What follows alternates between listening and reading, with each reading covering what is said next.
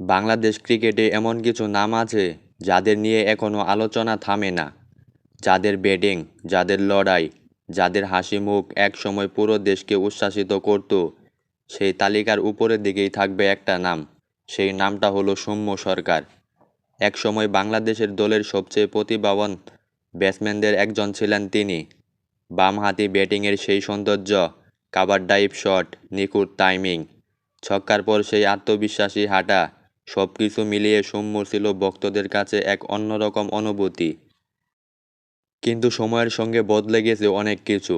আজ সেই সৌম্য সরকার দলে নেই। অনেকেই বলছে তার কেরিয়ার শেষ। কেউ বলছে নতুনদের যুগে সৌম্য আর জায়গা হবে না।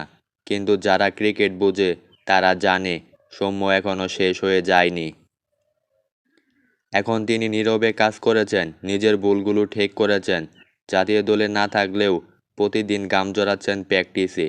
বোলিং মেশিনের সামনে ঘন্টার পর ঘন্টা ব্যাট করছেন, নিজের শট সিলেকশন নিয়ে কাজ করছেন, মানসিকভাবে নিজেকে আরও শক্ত করছেন। কারণ তিনি জানেন সমালোচনা যতই হোক, একটা ভালো ইনিংস পারে সব কিছুর উত্তর দিতে।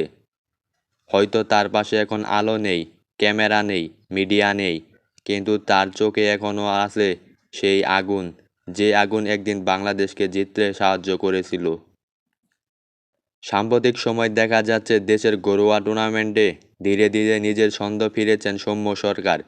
তিনি এখন আগের চেয়ে অনেক বেশি পরিণত, ঝুঁকিপূর্ণ শট কম নিচ্ছেন, প্রয়োজনে এক বল এক রান নিচ্ছেন, আর সুযোগ পেলে এলে ছক্কা মারছেন। এটাকেই বলে ক্রিকেট খেলা। তিনি নিজের খেলা বুঝে গেছেন। বাংলাদেশ দলের এখন যেভাবে নতুন নতুন খেলোয়াড় আসছে, তাতে প্রতিযোগিতা অনেক বেড়েছে। কিন্তু অভিজ্ঞতা, মানসিক শক্তি আর ম্যাচের সচেতনতার জায়গা সৌম্য সরকার এখনও অনন্য। তিনি জানেন কিভাবে চাপ সামলাতে হয়, কিভাবে ব্যর্থতার পর আবার ঘুরে দাঁড়াতে হয়। এই লড়াইটা এখন শুধু দলের জন্য না, নিজের জন্যও। প্রমাণ করার সময় এসেছে যে মানুষ এক সময় সবাইকে আনন্দ দিত, সে এখন সেই ক্ষমতা রাখে।